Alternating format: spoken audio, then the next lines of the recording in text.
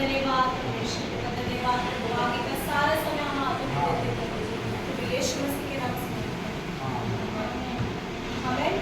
हम सब परमेश्वर के नाम को ऊंचा उठाएंगे और प्रभु का नाम हमारे जीवन में चला पाता है तो हम लगाएंगे।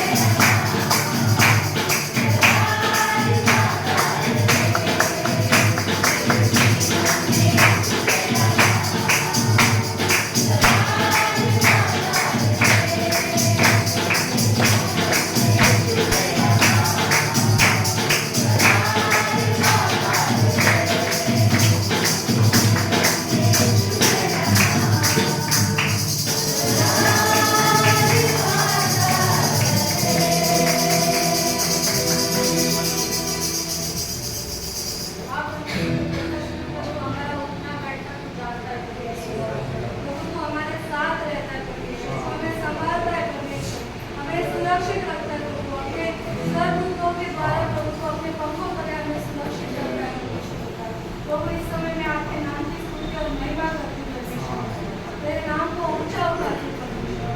धन्यवाद लॉर्ड हालेलुया परमेश्वर, धन्यवाद परमेश्वर सुंदर करने के लिए, धन्यवाद करते आपके नाम को ऊंचा उठाते राजा, आप राजाओं के राजा हैं, प्रभुओं के प्रभु, आप सर्वश्रेष्ठ परमेश्वर, धन्यवाद करते परमेश्वर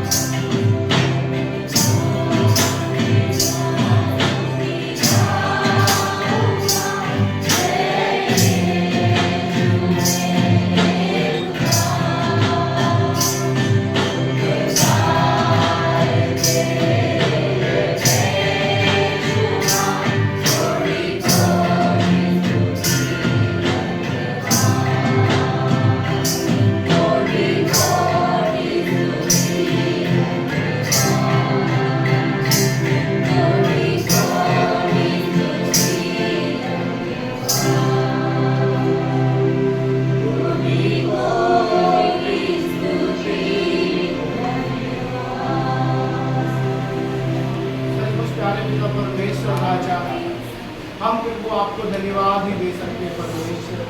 परमेश्वर हमारा कोई वजूद नहीं था, हम परमेश्वर जानते नहीं थे कि हम क्या हैं, पर परमेश्वर आपने हमें चुना, आपने अपने राज्य के लिए चुना परमेश्वर।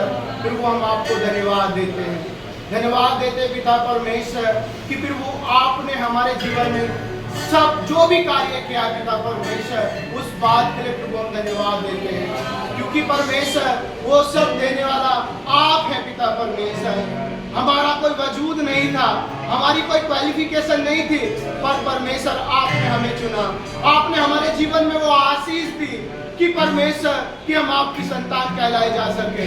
परमेश्वर हम आपको धन्यवाद देते हैं प्रभु, आपके सिवा हमारा इस जीवन में कोई नहीं है।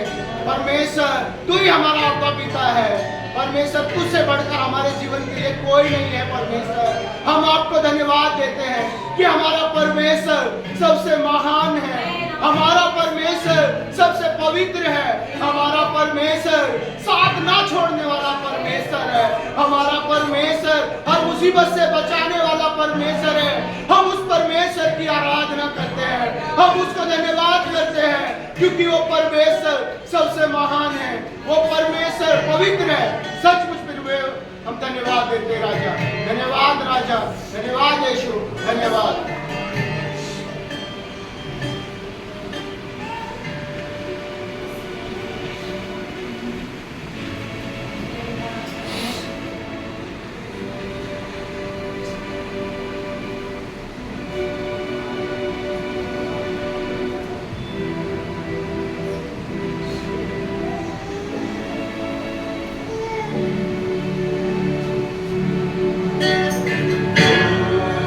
Yeah.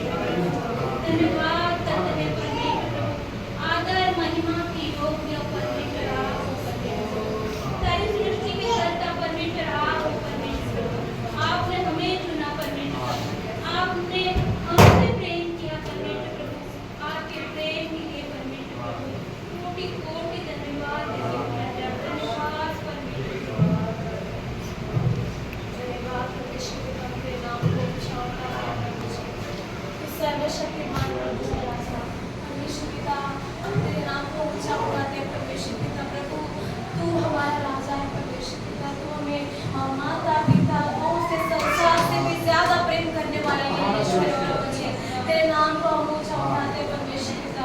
धन्यवाद प्रभु, योग्य केवल तू परमेश्वर पिता, हमारा भरोसा, हमारा सहारा और हमारी आशा और हमारी अपेक्षा तू है परमेश्वर।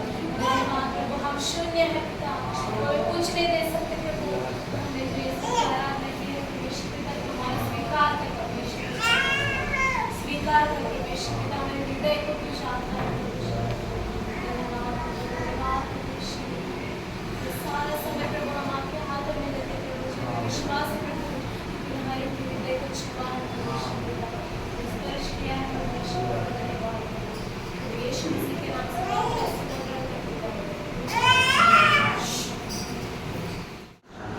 स्टॉप कीजिए। तो अभी हम लोग पढ़ेंगे मरकुस 5:25 से 34 तक। आप लोग में से कोई एक जन जोर से पढ़े और सभी लोग ध्यान दें, अभी लिखना बंद कर दीजिए, एक दूसरे को ध्यान दें। जब कोई पढ़ रहा है और शेयर कर रहा है तो ध्यान दीजिए, अभी मत लिखिए, अभी आप लोग लिख सकते हैं, ठीक है। एक स्त्री थी जिसको 12 वर्ष से लहू बहने का रोग था। उसने बहुत वेदों से बड़ा दुख उठाया और अपना सब मल व्यय करने पर भी उसे कुछ लाभ नहीं हुआ, परंतु और भी रोगी हो गए। वह यीशु की चर्चा सुनकर भीड़ में उसके पीछे से आए, उसके वस्त्र को छू लिया, अपने भी जान लिया कि मुझ में से सामर्थ मिली है, और भीड़ में पीछे पूछा, मेरा वस्त्र किसने छुआ? उसके चेलों ने उससे कहा, देखता है कि भीड़ तुझ पर गिरी पड़ी है और तू कहता है कि किसी ने मुझे छुआ। तब उसने उसे देखने के लिए जिसने यह काम किया चारों ओर दृष्टि की, तब वह स्त्री यह जानकर कि मेरी कैसी भलाई हुई है, डरती और कांपती हुई आई और उसके पाँवों पर गिरी। उसने सब हाल सच सच कह दिया।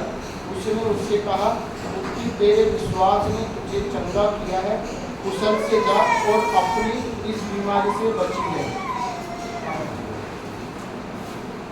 आमीन। तो आप लोग ने क्या लिखा है उसके लिए? हमारे ने डिस्कस करके लिखा है। क्या है? सबसे पहला स्वभाव है, थोड़ा ट्रिकी है, कि क्षमा करने वाला स्वभाव। तो क्योंकि उस लड़की ने यीशु मसीह को परमिशन के बिना उसके कपड़े को छूने वाले बहुत थे, लेकिन लड़की ने इंटेंशन से छुआ कि मुझे चंगाई चाहिए। यीशु के परमिशन के बगैर उसकी शक्ति को चुराया गया, उसके अंदर से ताकत निकली। तो ये प्रभु जानता था किसी ने किया है, तब प्रभु ने पीछे मुड़ के देखा, लड़की ने जब कबूल किया तो प्रभु ने उसे क्षमा किया। दूसरा हम देखते कि देने वाला और भलाई करने वाला, जब लड़की का विश्वास देखा प्रभु ने कि वो इतने विश्वास से उसने मुझे छुआ है और उसने अपनी चंगाई के लिए मुझे छुआ है, तो प्रभु ने उसे चंगाई दे दी। तीसरा है स्वीकार करने वाला, वो लड़की ने जब पूरा घटनाक्रम बताया और उसको प्रभु को बताया तो प्रभु ने उसे स्वीकार कर लिया। और चौथी बात सीखने मिली कि सलाह देने वाला, आखिरी वचन में देखते हैं कि प्रभु से सलाह देता है 34वें वचन में कि तू इस बीमारी से बचे रहना। ओके, और इस सिचुएशन को प्रभु ने बहुत शांति से हैंडल किया। थैंक यू, ताली बजाइए। 8:1 से 11 कौन पढ़ेगा? अभी उन्होंने पढ़ा ना, तो आपको भी पढ़ना है। नहीं, एक काम करो, उसको गाने में गा के सुनो। यमुना 8:1 से 11। परंतु यीशु जैतून पहाड़ पर गए। यीशु बड़े सवेरे फिर मंदिर में आए। सारी जनता उनके पास इकट्ठी हो गई और वह बैठकर लोगों को शिक्षा देने लगे। उस समय शास्त्री और फरीसी व्यभिचार में पकड़ी गई एक स्त्री को लाए और उसे सब लोगों के सामने खड़ा कर उन्होंने यीशु से कहा, गुरुवर, यह स्त्री व्यभिचार कर्मों में पकड़ी गई है। व्यवस्था में मूसा ने हमें ऐसी स्त्रियों को पत्थरों से मार डालने का आदेश दिया है। आप इनके विषय में क्या कहते हैं? उन्होंने यीशु की परीक्षा लेने के लिए यह कहा, जिसने तुमने उन पर दोष लगाने का कोई आधार मिले। यीशु ने झुककर उंगली से भूमि पर लिखा। जब वे उनसे उत्तर लेने के लिए आग्रह करते रहे, तब यीशु ने सिर उठाकर उनसे कहा, तुम में से जो निष्पाप हो वह इसे सबसे पहले पत्थर मारे। और वह फिर झुककर भूमि पर लिखने लगे। यह सुनकर वे बड़ों से कर एक करके बाहर चले गए। केवल यीशु और स्त्री जो उनके सामने खड़ी थी रह गए। तब यीशु ने सिर उठाकर उनसे कहा, नारी, वे लोग कहाँ गए? क्या किसी ने तुम्हें भी दंड नहीं दिया? उसने उत्तर दिया, प्रभु, किसी ने भी नहीं। इस पर यीशु ने उनसे कहा, मैं भी तुम्हें दंड नहीं दूंगा, और जाओ और सबसे फिर पाप नहीं करना। अब से पाप नहीं करना। जाओ और अब से पाप नहीं गए। आप बता सकते हैं? इसमें हमने सब मिलकर 4-5 चीज़ें इसमें प्रभु का स्वभाव दिख रहा है कि जैसे शांति से परिस्थिति को संभालना और बातें सुनना। दूसरा है खुद से दंड नहीं करना या उनको दोष नहीं लगाना। तीसरा है गुस्सा नहीं होना, उस परिस्थिति में गुस्सा नहीं होना। और आखिरी जो है क्षमा करने का स्वभाव। थैंक यू इस ग्रुप के लिए तारीफ। यूहन्ना 11:38 से 44। सॉरी, हमका हिंदी में नहीं आता।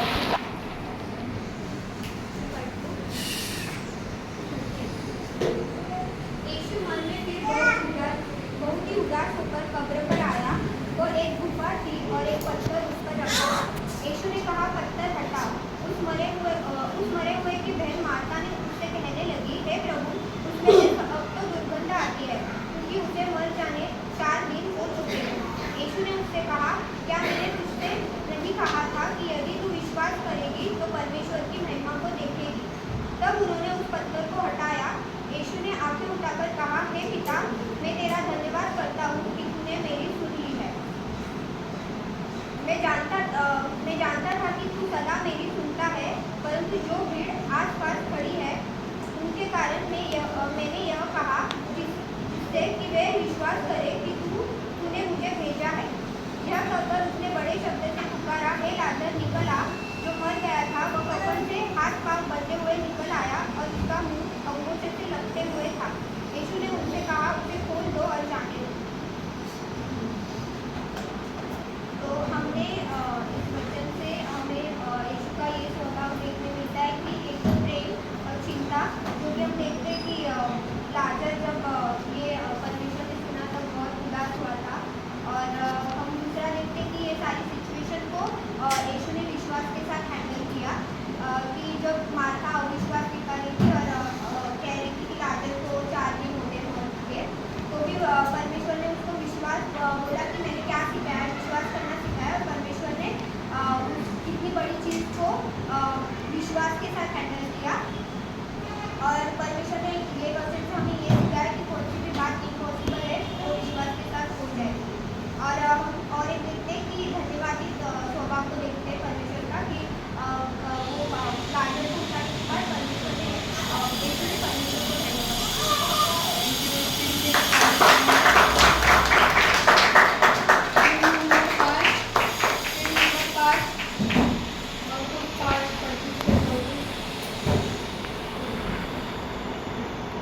हमारी कहानी सेम थी, जो राजा नहीं पड़े लोग तो उसमें यीशु का स्वभाव 2 पॉइंट एक तो था कि वो चौकन्ना था, मतलब इतना भीड़ था, उसे स्पर्श किया और उसे समझ में आया कि कुछ तो हुआ है जब सामने निकल आ गया। और दूसरा था कि उसने इग्नोर नहीं किया, कुछ तो हुआ है और उसने तुरंत वो एड्रेस किया, लेकिन अनदेखा नहीं किया, छोड़ दिया। उसका स्वभाव इग्नोर नहीं करता है कभी, कुछ भी आप हमारे जीवन में वो अनदेखा नहीं करेगा, तो वो हमेशा चौकन्ना होगा। और उसने परिस्थिति को कैसे हैंडल किया। और जैसा 30 क्वेश्चन में लिखा है कि वो इतना भीड़ होते हुए भी उसने पहचाना कि मेरे अंदर से सामर्थ्य निकला है और कोई ना कोई तो चंगा हो, तो सामर्थ्य निकला, वो पहचानता है, हमें कुछ भी परिस्थिति हो वो पहचानता है। दूसरा था कि उसने मौका दिया, अभी इतना भीड़ में उसने अगर पहचाना था कि मेरे अंदर से सामर्थ्य निकला है तो ज़रूर हम कह सकते हैं कि उसको उस स्त्री का नाम भी पता हो, लेकिन उसने वो मौका दिया और उसने कहा कि भीड़ में कहा कि मुझे किसी ने तो छुआ है। और फिर उसने आजू बाजू में देखा, स्त्री सामने है, तो मौके देता है कि हम कबूल करें। तो उसने स्त्री को एक तरह से वो मौका दिया और स्त्री सामने आई और फिर उसने कहा कि तेरे विश्वास के कारण तू चंगी हुई, तो कुशल। तो प्रभु परमेश्वर भी कई बार हमसे देखता है, वो मौका देता है कि हम भी कबूल करते हैं। Thank you.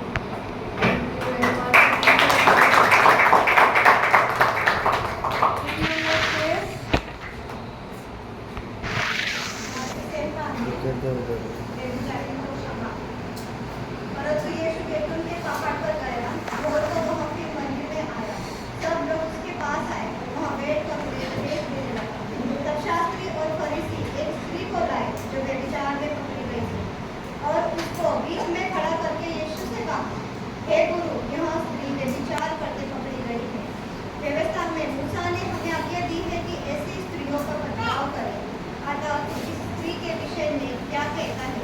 उन्होंने उसको परखने के लिए यह बात कही ताकि उस पर दोष लगाने के लिए कोई बात पाए। परंतु यीशु झुककर उंगली से भूमि पर लिखने लगा। जब वे उससे पूछते ही रहे तो उसने सीधे होकर उनसे कहा, तुमने जो निष्पाप हो वही पहले उसको पत्थर मारे। और फिर झुककर भूमि पर उंगली से लिखने लगा। परंतु वे यहाँ सुनकर बड़ों से लेकर छोटों तक एक एक करके निकल गए और यीशु अकेला रह गया और स्त्री वहीं बीच में खड़ी रह गई। यीशु ने सीधे होकर उससे कहा, हे नारी, वे कहाँ गए? क्या किसी ने तुझ पर दंड की आज्ञा न दी? उसने कहा, हे प्रभु, किसी ने नहीं। यीशु ने कहा, मैं भी तुझ पर दंड की आज्ञा नहीं देता, जा और फिर पाप न करना। तो इस बात में, इस कहानी से हमें पहले ये पता चलता है प्रभु का, यीशु का जो स्वभाव था वो क्षमा करने वाला था। उन्होंने उस स्त्री को क्षमा किया और प्रभु ने वो व्यभिचारी स्त्री पर दया भी करी, कोई दंड की आज्ञा नहीं दी। उसका स्वभाव शांत रहा। उस वक्त वो मंदिर में बैठा था, प्रभु मंदिर में बैठे उपदेश दे रहा था, समाचार सुना रहे थे। बीच में भी वो गुस्सा नहीं हुए, शांत से उन्होंने उस बातों को समझा और उस पर किस तरह की दंड की आज्ञा नहीं दी। और प्रभु ने उसको एक आज्ञा दी, बस कि दोबारा तुम पाप मत करना, ये आज्ञा उन्होंने उसको दी। और यहाँ पे प्रभु का एक प्रेम का स्वभाव भी नजर आता है कि प्रभु ने दया तो करी लेकिन प्रेम भी दिखाया। और जो उन्होंने एक बात और कही थी कि जो निष्पाप है वही दंड दे, तो यीशु जानते थे कि यहाँ पे कोई भी शुद्ध नहीं है, सब पापी है, क्योंकि यीशु जो आया है पापी को उद्धार करने के लिए आया। तो उस वक्त सब लोग निकल जाते हैं और परमेश्वर जानता था, यीशु जानता था कि यहाँ पे इसको क्षमा मिलेगी, तो वो लोग सब चले जाएंगे, सब पापी हैं और इसको कोई दंड नहीं मिलेगा। तो यहाँ पे हमें उसका क्षमा करने का, प्रेम का, त्याग का और दया करने का और दोबारा से एक आज्ञा देने का एक स्वभाव नजर आया। ठीक है, थैंक यू। और एक मैं दूंगी, अपने फीडबैक है, वो लोग कुछ नहीं करेंगे, नहीं ना कुछ करेंगे। तो आप लोग ने बहुत बढ़िया उसका स्टडी किया, बहुत अच्छा आप लोग ने स्टडी किया। तो कुछ चीज़ें मैंने भी लिखी है आप लोग ने जो स्टडी किया उसमें से। तो सबसे पहले जो वो मरकुस 5 था, उसमें से हमें ये भी सीखने मिलता है कि यीशु मसीह ने उस स्त्री को नोटिस किया, है ना, इतना भीड़ में उसको नोटिस किया। बहुत मुश्किल है, हम कई बार बाजार में जाते हैं, यहाँ वहाँ जाते हैं, बहुत सारे लोग हमें मिल जाते हैं पहचान, तो शायद हम नहीं मतलब इतना पहचान नहीं कर पाते इतना भीड़ में ना। लेकिन हम आवाज़ से पहचान जाते हैं। अगर किसी ने भीड़ में हमें आवाज़ दिया, श्रद्धा, तो श्रद्धा तुरंत पीछे मुड़ के देखेगी, अरे किसके, भले बहुत सारे घर का उधर श्रद्धा नाम होगा, लेकिन वो देखेगी अरे अपना किसी का तो आवाज़ है और वो पीछे मुड़ के देखेगी। तो इतना भीड़ में भी यीशु मसीह ने उसको नोटिस किया और यीशु मसीह वहाँ पर रुके। यीशु मसीह हमें भी नोटिस करता है, वो हमारे लिए भी रुकता है। दूसरा चीज, यीशु मसीह चाहता था कि वो स्त्री जो है लोगों के सामने आए।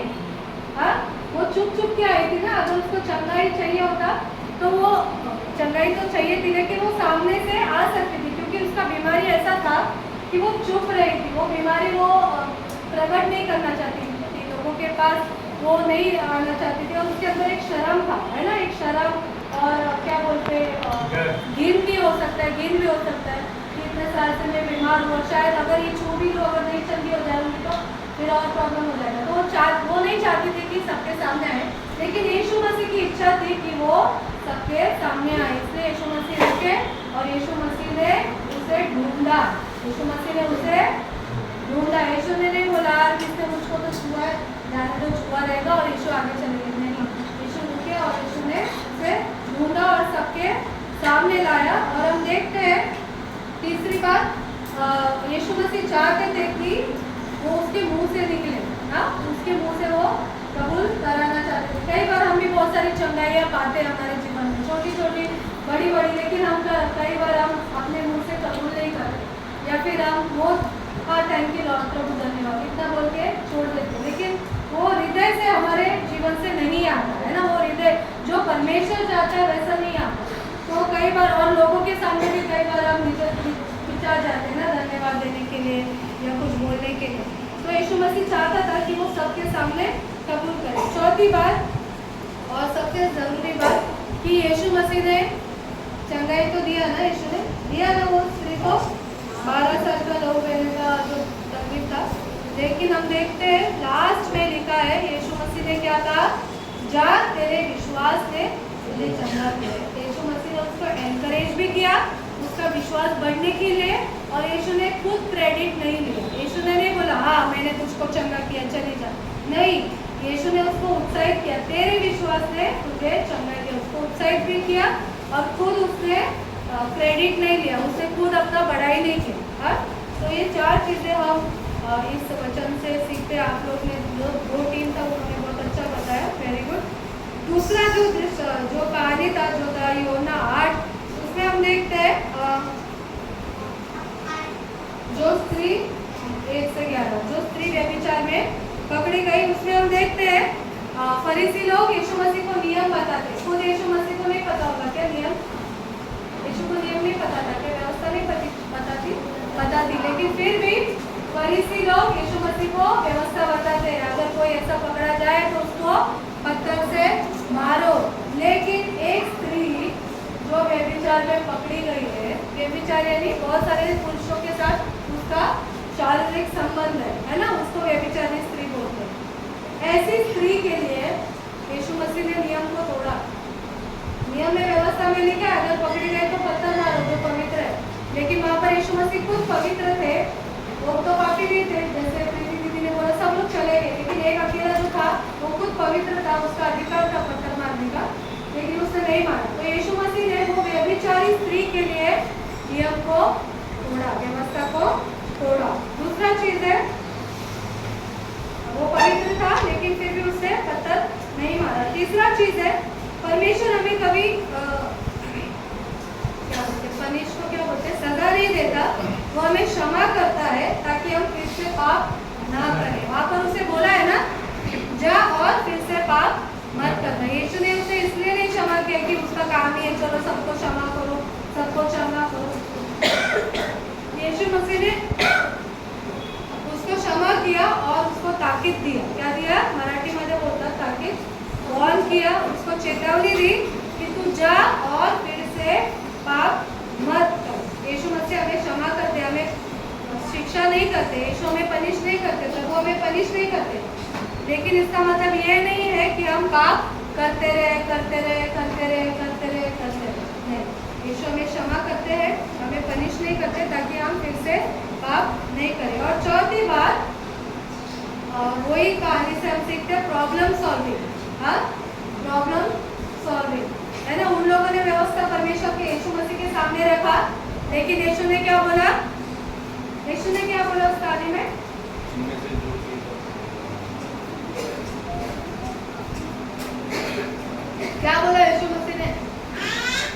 निष्पाप हो वही आप में से जो निष्पाप है ना, क्या बोलते हैं, टिट फॉर टैट बोल सकते हैं हम लोग यहाँ पर, है ना। उन्होंने यीशु को फंसाने के लिए बोला, लेकिन यीशु मसीह ने खुद उनको फंसा दिया, उनके जाल में वो लोग फंस गए। उन्होंने बोला व्यवस्था में लिखा है अगर कोई ऐसा पकड़ा जाए तो उसको पत्थर मार मार के मार दिया जाए, है ना। लेकिन यीशु मसीह ने उससे बोला ये भी लिखा है अगर कोई निष्पाप है तो वो पहला पत्थर मारे। और जैसे यीशु ने बोला और वो सब लोग क्या हो गया, पतली गली से निकल गए, है ना, पतली गली से निकल गए, क्योंकि कोई भी वहाँ पर निष्पाप नहीं था, सभी पापी थे। तो यीशु मसीह प्रॉब्लम सॉल्विंग थे, है ना। क्या परिस्थिति हो गई, इतने सारे लोग आ गए, बोल रहे एक स्त्री को मार देंगे, लेकिन यीशु ने क्या किया, अपना दिमाग लगाया और यीशु ने क्या बोलते हैं वापस उस प्रॉब्लम को सॉल्व किया। तीसरा जो था हमारा था यूहन्ना 11, जहाँ पर हम देखते हैं लाजर का मृत्यु हुआ था ना। लाजर मर के 4 दिन हो गया था। उसके बाद 4 दिन के बाद यीशु मसीह गांव में आए और हम सबसे पहले यीशु मसीह का स्वभाव देखते वहाँ पर कि यीशु मसीह क्या था, उदास हो गया। हाँ, उसके पहले अगर वचन पढ़ेंगे तो यीशु मसीह रोया था, लाजर की बेटी लाजर मर गया, और यीशु का स्वभाव था कि यीशु वहाँ पर उदास हो गया, बेचैन हो गया, वो रोया।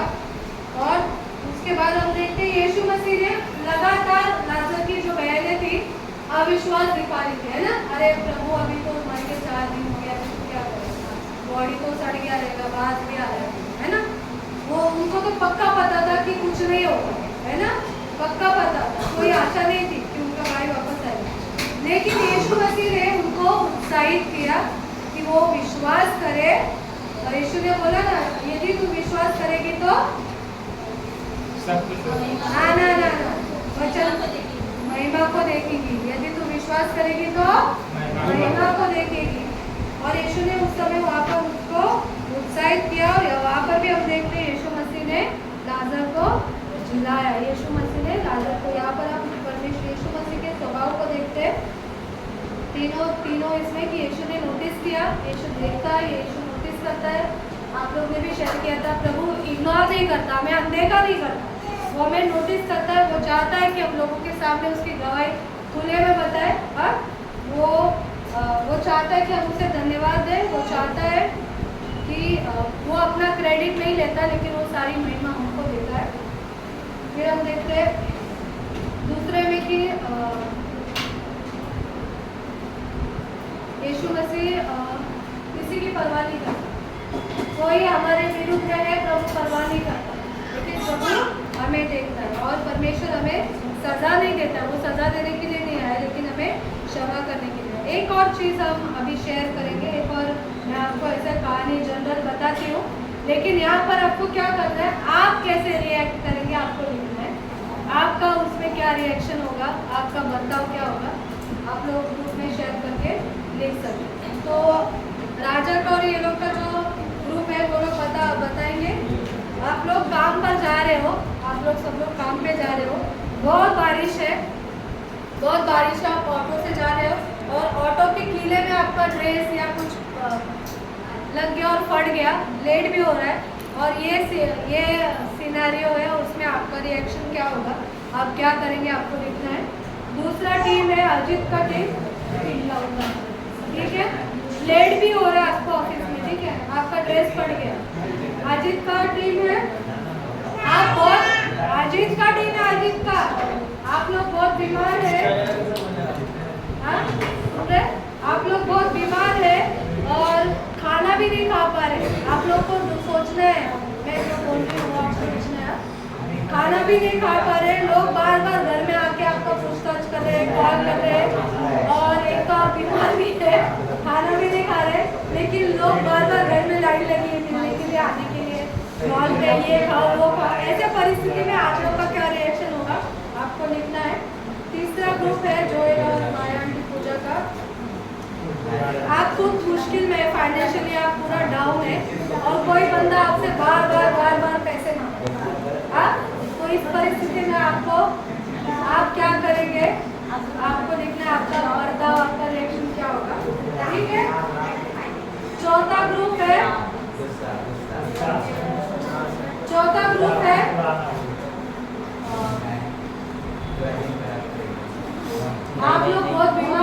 ऑफिस के बगल में कपड़े ठीक की है? दुकान और ऐसे ऑफिस के समय बगल पे में कपड़े की आपको दुकान किसी प्रॉब्लम को सॉल्विंग हो जाएगा। किसी ने बोला है, जो बंदा already बगल में कपड़े की दुकान ठीक है, तो किसी को बहुत जल्दी डिसाइड हो गया। और आप लोग को मैंने बोला है कि आप लोग ऑफिस के बगल वाले कपड़े की दुकान को यूज़ करें। तो आप पूरा लोग नया पासवर्ड दीजिए। मतलब क्या बिजली का रिएक्शन क्या होगा या नहीं, सुनिए सभी लोग सुनिए, सभी लोग ध्यान दीजिए। बहुत अच्छा सवाल पूछा है। यहाँ पर हम पवित्र नहीं बनना है। जो आपका रिएक्शन आता है ईमानदारी से वही लिखना है, ठीक है?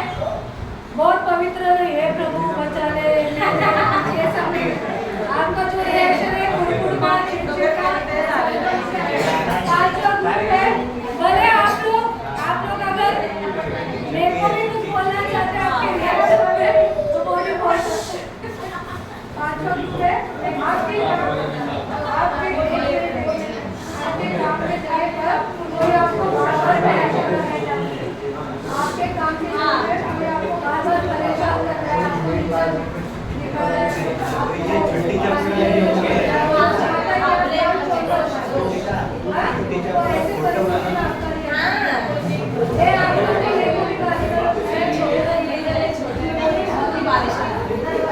तो आप लोग को सुनो जब मैंने यीशु मसीह की कहानियां बताई थी तो इतने खुश तो आप लोग नजर नहीं आए। ये कहानी में आप लोग ज्यादा खुश नजर आते हैं, है ना? अंदर अभी सब बाहर आएगा। तो 5 मिनट है आप लोग के पास। आप लोग तो ग्रुप में लिखना है, ग्रुप में पेजेस चाहिए। ग्रुप का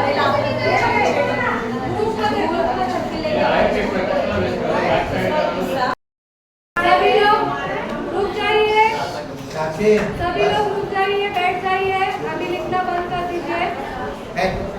आप लोग को देख के मुझे इतना अच्छा लग रहा था, आप लोग कितना खुश हो गए ना?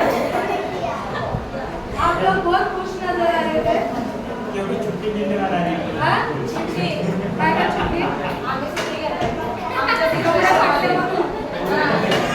आमच्या ग्रुपमध्ये आम्ही एनडब्ल्यूपी लगेगा लीव विदाउट पे पगार।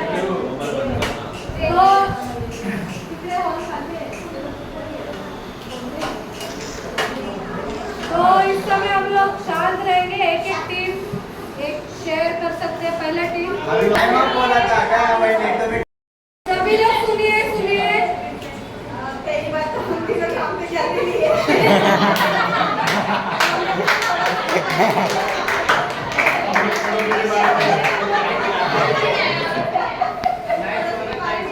कुछ ऐसे पड़ोसी होते हैं जो हमसे झगड़ा करते और रूम खाली करने के लिए बोल रहे हैं ना। और उसके लिए हमने लिखा है कि पहले अगर हमें कोई पड़ोसी परेशान कर रहा है तो हम उसके लिए प्रार्थना करेंगे। रात में लिखा है कि सताने वालों के लिए तो पहले प्रार्थना करेंगे। जॉय महेश को बोलते हैं कि हम दोनों तो उनके साथ में झगड़ा करेंगे। जो लोग सता रहे हैं उन्हें हम परमेश्वर का वचन सुनाने की कोशिश करेंगे और शांति से उन्हें समझाएंगे, एक बार समझाने की कोशिश करेंगे। हमारे आंटी के साथ में एक घटना घड़ी भी है, बोल रहे हैं कि उनकी पड़ोसी ने उनके साथ में बहुत झगड़ा किया, पानी डालते थे, कभी मतलब बहुत सताते थे। और इन्होंने भी झगड़ा करके देखा, कई बार झगड़ा हुआ है इनका, लेकिन कुछ फायदा नहीं हुआ। झगड़ा करने के बाद भी वो वैसे ही करे, तो लास्ट में इन्होंने प्रार्थना करना स्टार्ट किया और आज इसका फल उनको मिला है कि वो शांत हुआ। Thank you very much.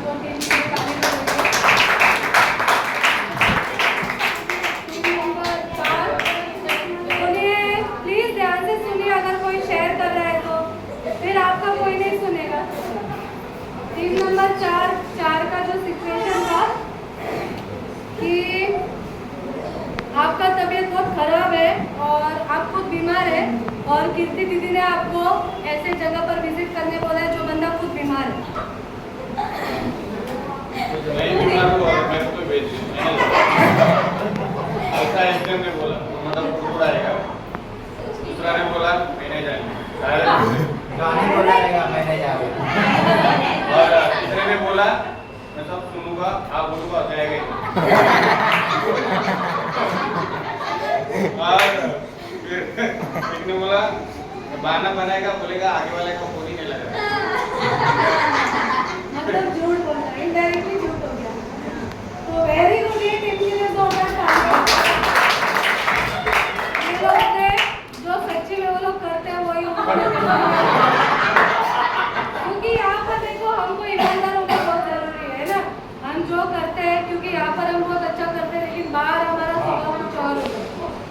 Team number 3 है, उनका सिचुएशन है, हमारा खुद फाइनेंशियली हम डाउन है और कोई बंदा हमको बार बार पैसे मांग रहा है, तो ये सिचुएशन में आपका रिएक्शन क्या होगा?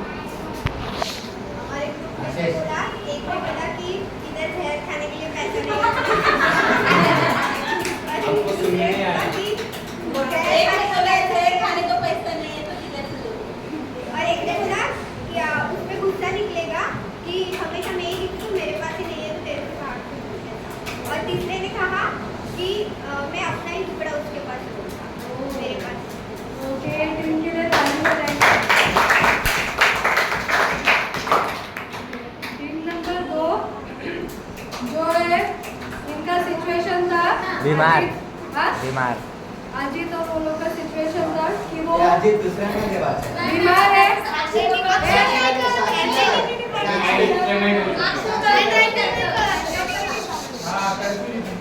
दूसरा है सिचुएशन कि वो बीमार है, खाना भी नहीं खा रहे और ऐसे हालत में लोग घर पे आ रहे ये खाओ वो खाओ ये खाओ कॉल कर करके परेशान कर रहे, तो ऐसी परिस्थिति में आपका रिएक्शन क्या होगा?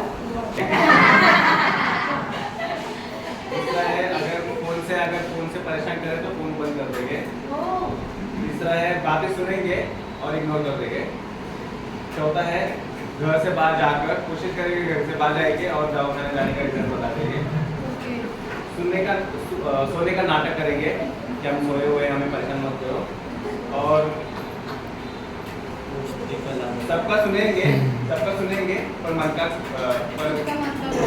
करेंगे। जो हमारे लिए प्रे करें और हम उनके लिए प्रे करेंगे कि आप हमें परेशान ना करें। शांत रहेंगे, ज़्यादा कोशिश करेंगे शांति से रहने के लिए।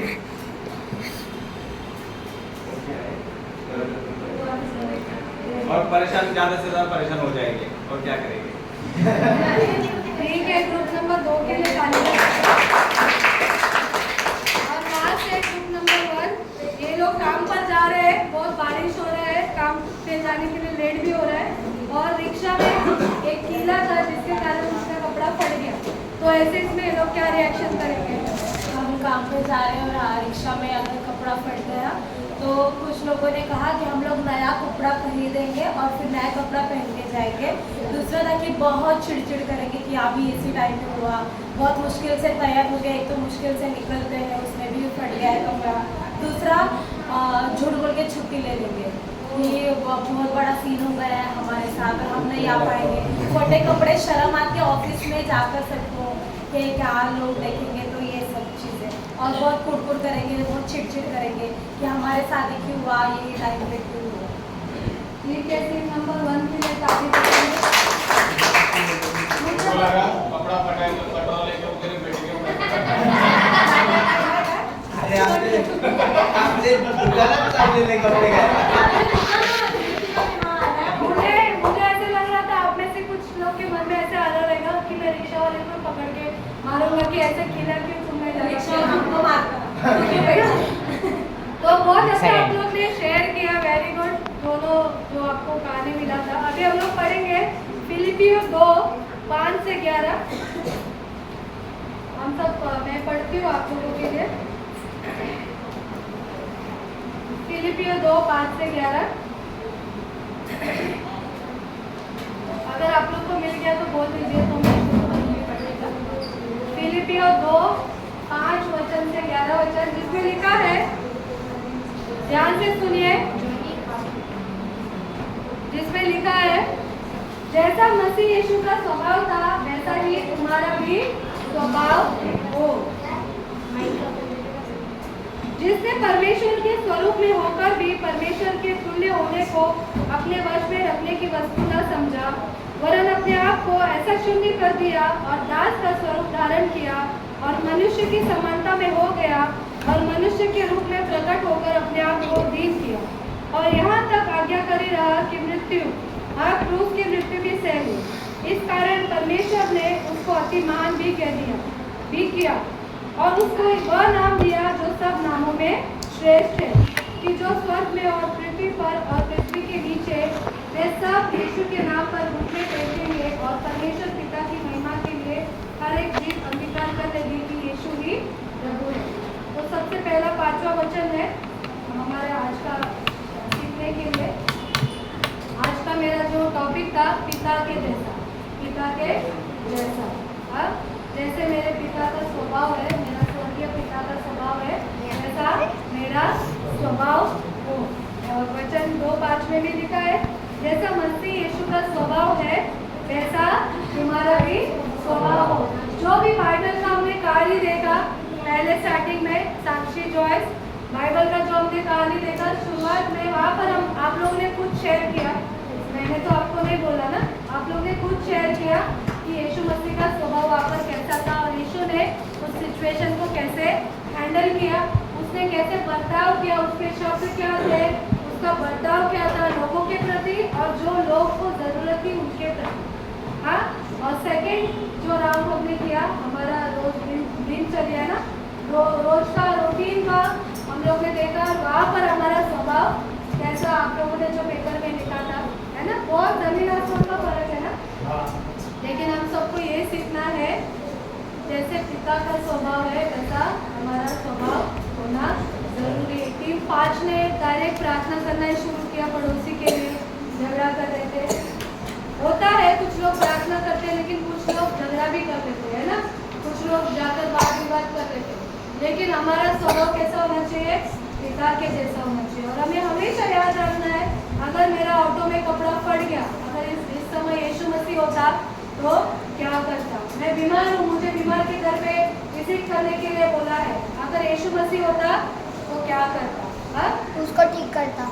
वेरी गुड, विजिट करता। अगर मेरे पास खुद पैसे नहीं है और कोई मुझसे पैसे मांग रहा है, अगर उस जगह पर यीशु मसीह होता तो क्या करता। मैं बीमार हूँ, लोग मेरे घर पर आ रहे हैं, तो अजीत ने बोला मैं दरवाजा बंद कर दूंगा, लेकिन क्या यीशु मसीह होता तो ऐसे करता। मेरा पड़ोसी मेरे काम के जगह पर लोग मुझे परेशान करे, मुझे गाली गलौज करे, मुझे नीचा कर रहे हैं, वो चाहते कि मैं काम छोड़कर जाऊँ, लेकिन उस जगह पर अगर यीशु मसीह होता तो क्या करता। हाँ, हमको हर समय ये याद रखना है कि जहाँ कहीं भी हम जाए, हमारे घर, हमारे काम, हमारे बाजार में, कलीसिया में, लोगों के साथ, हमें हमेशा ये सोचना है कि मेरे अंदर यीशु मसीह, छोटा यीशु है। हाँ, अगर उस समय यीशु मसीह होता तो क्या करता। अगर जैसे आप लोगों ने शेयर किया, हम झूठ बोलते थे, हम बोलते थे जाएंगे और नहीं जाते थे, हम ये करते थे वो करते थे। हाँ, लेकिन क्या यीशु मसीह होता तो झूठ बोलता था। तुरंत आपको बोला कि प्रभु ये मेरा स्वभाव नहीं, मैं झूठ नहीं बोलूँगी, या फिर मैं बहाना नहीं मारूंगी, या फिर मैं झूठ बोल के छुट्टी नहीं दूंगी। हाँ, मैं झगड़ा नहीं करूँगी, प्रभु मुझे सहायता कर, तेरा स्वभाव मेरे अंदर है। अगर हमें लग रहा है कि मैं झूठ बोलूँ या मैं कुछ गलत करूँ, तुरंत हमें प्रार्थना करना है कि प्रभु ये तेरा स्वभाव नहीं है, ये स्वभाव कहीं और से है और मैं इस स्वभाव को धिक्कारती हूँ, मुझे तेरा स्वभाव है कि मैं इस समय क्या करूँ। तो आज का मेरा विषय यही था, पिता के जैसा। जैसा पिता का स्वभाव है हमारा स्वभाव भी ऐसा। आइए हम लोग आंखें बंद करें, हम आंखें बंद करें और आप लोग 1 मिनट ले सकते हैं। आपके वचन के द्वारा परमेश्वर ने आपसे क्या बातें की और आपको क्या लगा, कहाँ पर आपको अपना स्वभाव बदलना है, कहाँ पर आपको अपनी सोच को बदलना है, कहाँ पर आपको लोगों को देखने का नजरिया बदलना है। आइए इस समय 1 मिनट लेकर आप खुद के लिए डालिए।